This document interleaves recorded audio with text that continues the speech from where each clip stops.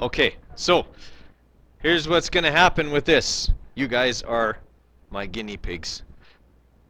Because after doing this lab the same way for many, many years with the rubber bands and the little dynamics carts, while I was watching my classes struggle with getting those carts to go in a straight line this morning, I had an idea. And this idea makes so much more sense than the old way of doing things that I decided over lunch I was going to write it up and get it ready for you. Okay? We, instead of using elastic potential energy as our initial source of energy for this lab, we're going to use gravitational potential energy, because if we have a ramp, we can pretty much guarantee our cart goes in a straight line from there. Okay? And we eliminate a lot of sources of error in measurement and consistency and things like that, okay, by doing it this way. So we're going to try it this way, and I think it's actually going to end up being a lot easier to get the data and probably a bit easier to write things up, although the calculations are going to be similar. Okay. So for us here, for the problem, okay, what we want to do is we want to investigate essentially how effectively, and I'm just going to go back because I have the problem in the old version here. Okay, how much of the available potential energy is converted to kinetic energy in a mechanical energy conversion? Okay, that's what we're trying to find out here. How much of that actually goes on? Now, our manipulated, responding, and controlled variables. I am not going to give you the manipulated or the main responding variable in this lab. I'm going to outline how the lab is going to work. You need to get from that what those two variables are. I will outline some of the controlled variables, okay, for you. But the thing we have to realize here is there are actually a lot of responding variables in this lab. There's a lot of things that we have to measure. Okay, but they are not the main responding variable that we are trying to find. Okay, so in this lab, we are trying to find out whether or how effectively potential energy is converted into kinetic energy. That's what we're trying to do. Okay, there are going to be a lot of measurements in order to help us find that out. So the way that we're going to do that, okay, is that we're going to have the setup that you saw a minute ago, okay, in this picture here. Okay, and of course I took it down over lunch hour. I should have just left it up. Okay, you're going to set up some books or something like that. It has to be solid. Don't use a bag, because if your bag compresses while the ramp is sitting on it, the height will change from one trial to another. Okay, so make sure you use some books. And you don't need very many. This ramp does not need to be very tall. In fact, if you make it too steep, the cart will travel too far and it'll hit things, and then you'll have to do them over again. All right. So what we're going to be looking at here is that we are going to take the cart and we are going to do work in lifting it to the top of the ramp. Okay. When we do that, we have given it what? We have given it potential energy. Okay. And this is similar to the way it was done in the other two classes today, which is with the rubber bands. We stretched the rubber band back and we did work and we gave it elastic potential energy. I think this is just going to be more consistent. Okay, not so much easier, but it's going to be more consistent. All right, so we're going to lift it up. We're going to do work and put it on the top of the ramp, and then we're going to release it. And what's going to happen to that potential energy?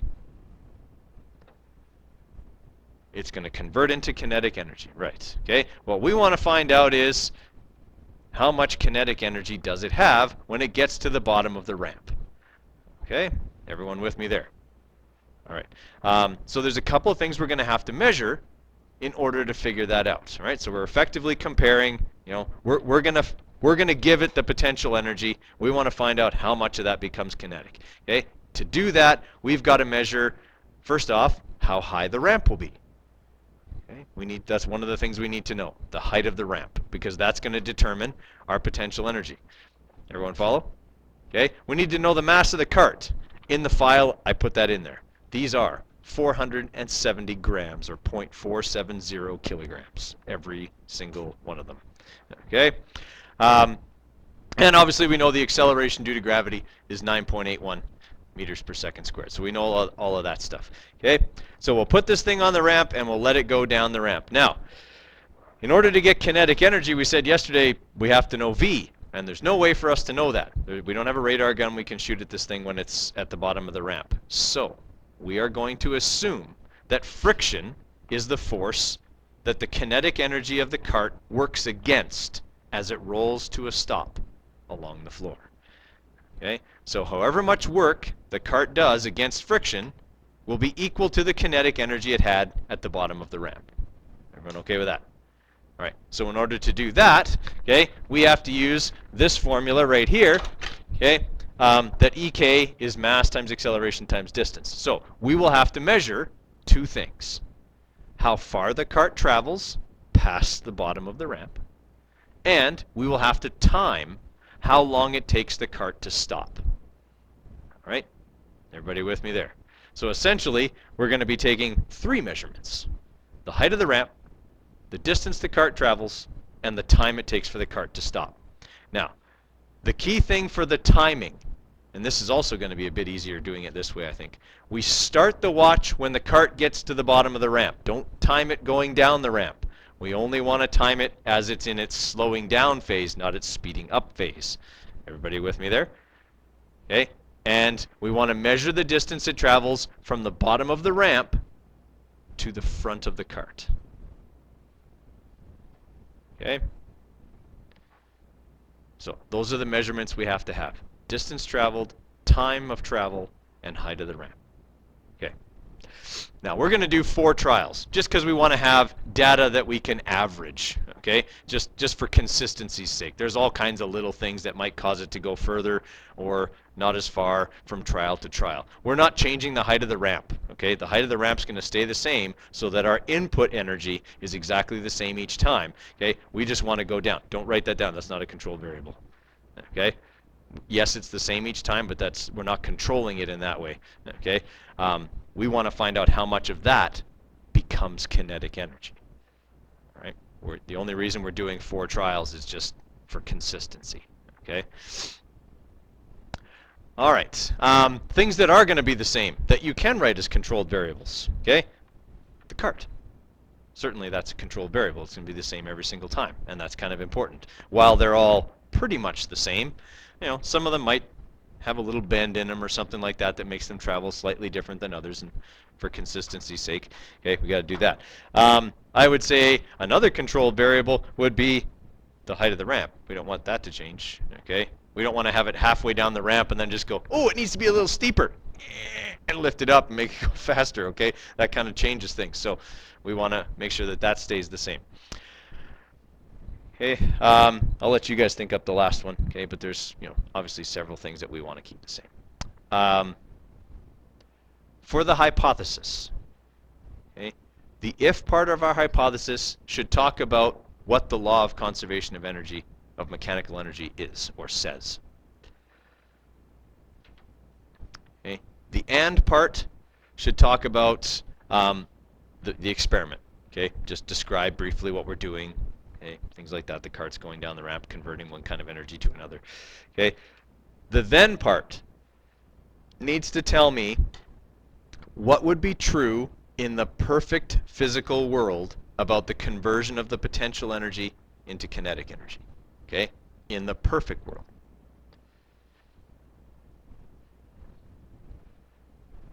Okay, so the then part tells me about the conversion of the potential energy into kinetic energy in the perfect world. So, spoiler alert, we are all going to be doing what with our hypothesis when we get to the conclusion? Stating that it's false. We're going to have to reject it because we know in the real world that is not going to happen. Okay? What we'll have to say in our conclusion is, where did the rest of that energy go? Okay, so when we get down to that part, and it's also in the analysis a little bit, we have to think about where did the energy that appears to have been destroyed actually go, because we know it doesn't get destroyed. So when you're running this experiment, kind of pay attention to the things that are going on in terms of, are there any forms of energy here that are observable to me that might represent places energies being lost?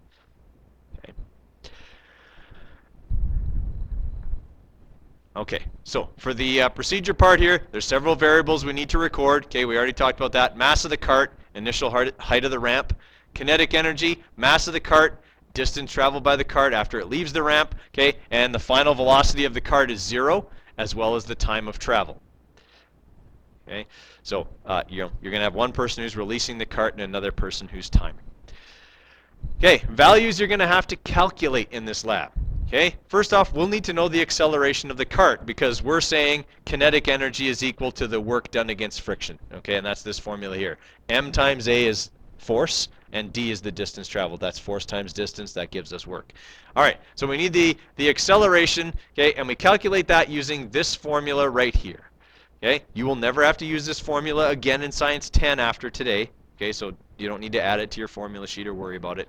It's a Physics 20 formula, but at least it allows us to get the acceleration with the data we can measure. All right, so the acceleration will be calculated by multiplying the distance by 2 and then dividing that by the time squared. So let's say that your cart travels 5 meters past the end of the ramp. Okay, and that takes 3 seconds. So I'll go 2 times 5 and divide that by 3 squared. So 10 over 9. Okay, essentially would be what my calculation. That'll be my acceleration. All right. So you're going to have 4 of those values. And you're going to record those in the chart I'm going to show you here shortly. Okay? You're going to need to calculate the kinetic energy. The kinetic energy, like we said, friction's doing all the work on the cart and represents the force that uses all the kinetic energy. This explanation here is pretty important for one of the analysis questions. All right? So you might want to just make a note. This is good for one of the analysis questions. You'll have to kind of restate it. Okay? So we're going to have the mass of the cart times the acceleration times the distance. So this distance is the distance traveled by the cart. And then to calculate the potential energy, okay, well, potential energy for gravitational potential energy is m times g times h. Okay, h is the initial height of the ramp. So there's rulers here. You can just measure to the top of the ramp. Okay, making sense to everybody? All right, so things you need to measure. Height of the ramp, you only need to measure that once because you're not changing it. Okay, distance the cart travels. You're doing 4 trials, so you'll need to, what we usually do is just take one of these board markers and mark on the floor, okay, where the cart gets to. Just put a little mark there and maybe like a 1 beside it. Small, please. Okay, and then afterwards you can wipe them off with some of the board cleaner here, wherever it went, right there. Okay, just wipe it off the floor after. Okay, so do that for 4 trials. Make sure you time each trial and record that as well. Okay? Everyone with me there? All right. When you're done that, okay, so your chart's going to look something like this. And I'm actually going to need to use your guys' data because I don't have data for this yet. I didn't get a chance to actually run it myself. Okay, so we're going to use your guys' data for class data for this. Okay, so record your distances, record your times. In here, do your calculations. Part of your analysis is doing the calculations, so you'll need to show your work. Okay? The potential energy, you only need to calculate that once. Okay? It's going to be the same number for every single trial because we're not changing the height of the ramp. Okay? So here's kind of my sample calculation. I said the mass times the acceleration due to gravity, okay, times the height of the ramp was 0.25 meters. I wouldn't make it any higher than that. In fact, you might want to make it a little lower than that. Otherwise, you might find you're lowering it after anyway because your cart goes too far. Okay, and then for EK, that one I'll have to calculate, okay, each time. 1, 2, 3, 4, okay, and then we'll average them, okay, at the end. Everybody with me there? Okay, so we'll be getting started here right now.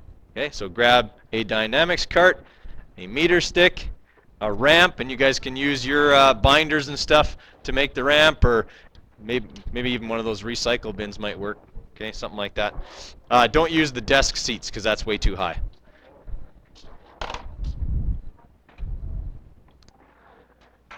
Okay, and when you get done, so while you're setting up, guys, just listen here so I can explain this to you. When you get done, the analysis questions are right here. You're going to calculate the work done putting the cart in the top of the ramp. So calculate your potential energy.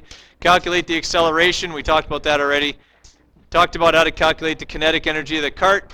Now, 4 and 5. Listening here, guys. 4 and 5 are the 2 most important questions. 4, okay, outline how you determined the potential and kinetic energies. How did you know how you got them? 5 is the really big one. Did they equal each other? Did potential and kinetic energy equal each other? If they didn't, okay, you got to tell me why. There's got to be some good explanation in there. Better than the, you know, the answers we got for question 2 in the work lab. Okay, they got to be more detailed than that. Okay, and then conclusion and evaluation are same as always. Liam, question? Yes, put it so that the bigger half of the wheels is facing down. So you have it right now upside down. Turn it over. That's the way it should go. Okay? I have them sitting upside down on the table so they don't roll off the table. Okay? The bearings in these are really good. Yeah, so that's why I told you don't make the ramp very tall. These really roll. Okay? A very low ramp will work just fine. So put them on, guys, like this. You can see that more of the wheel hangs below one side of these carts than the other. Okay? And we built these ramps specifically for these carts. They fit right in the grooves. All right? Okay. I wouldn't make it more than like 20 centimeters. 25 would be the absolute most. Put it up to a certain height and then run it down once. See how far it goes. If it goes too far, lower it. Okay?